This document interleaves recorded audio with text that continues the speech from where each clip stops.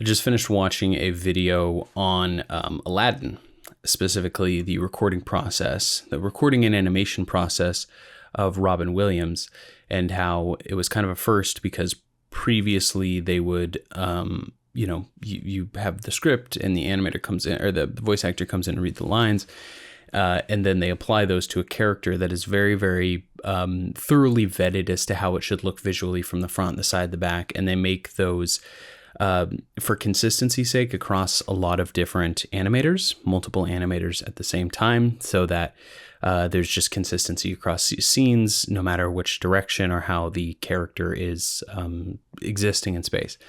So they have to make those, and they're very specific, and they take a lot of time, a lot of approval process, because once you make it, then you can provide it to all your animators. But what was difficult with Robin Williams is he came in and did such a kind of comedic performance in his recording, in his first recording, and he started doing all these character voices and impressions and like everything that Robin Williams is known for in his comedy. And they suddenly realized that in order for that performance to work, which it came across very funny and they wanted to keep it funny, in order for that to work, they would have to animate all these new versions of the genie. So I'm assuming you've seen Aladdin. The genie, morphs into, not Nicolas Cage. He morphs into a bunch of characters. I can't think of his name. From The Shining. Why can't I think of his name right now?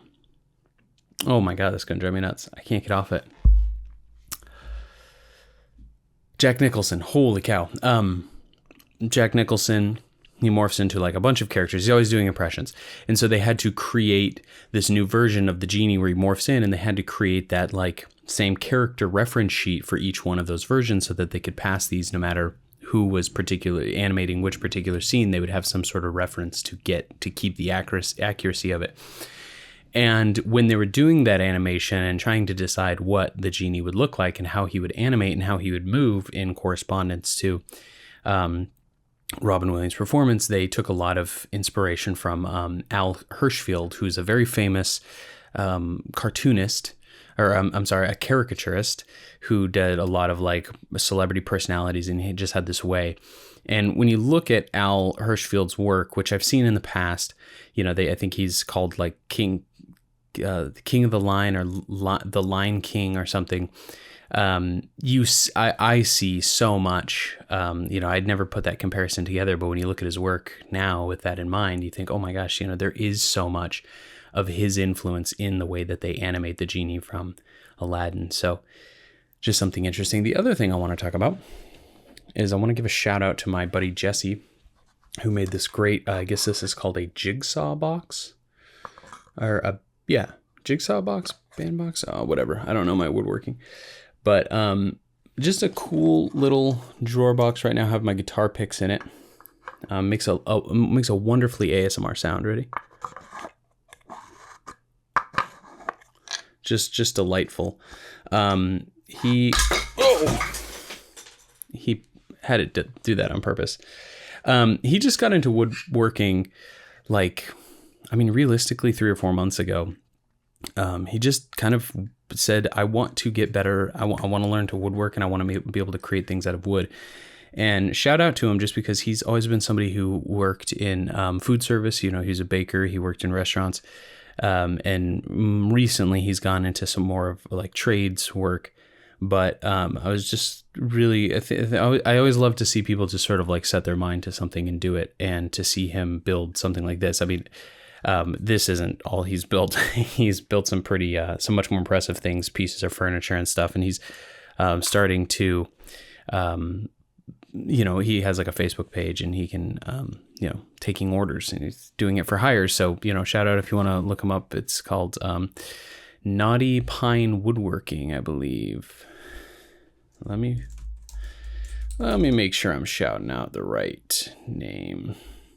Naughty by Nature Woodworking. So if you're in this sort of southern New Hampshire area, you can check him out on Facebook. Give him a little business. I know that would mean a lot to him.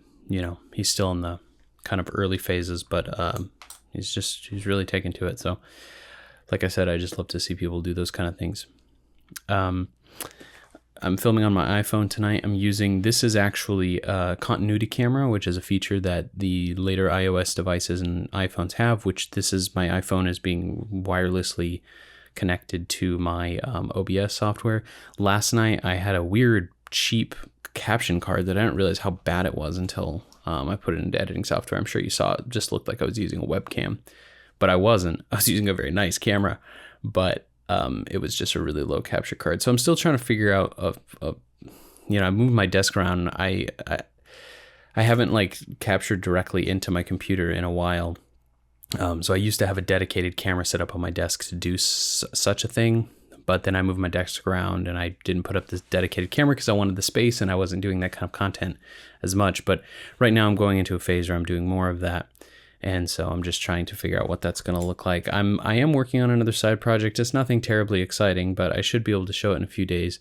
It's very related. That's kind of why I went down the animation rabbit hole. I've always loved animation. I've never been somebody who can draw or sketch, but I've dabbled in it here and there. And I just recently had this great desire to create some 2D animation, very, very basic, just parallax. Like earlier this year, I guess it was more last calendar year, I was doing a lot of stuff with generative AI where I was having AI generate me illustrative assets and I was animating them in Adobe After Effects, just doing really, really simple, basic animation.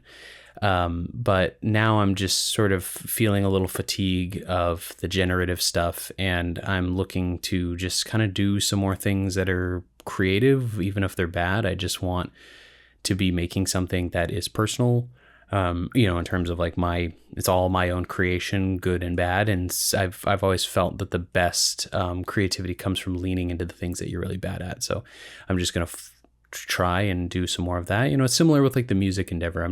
Would like to do some more stuff that isn't like so set up a camera, film and edit focused, because I do that day in and day out every single day of my life. And not that I'm tired of it, but I'm just looking for ways to ease the diversify, I guess. It's a long way of saying it. So yeah, thanks for watching.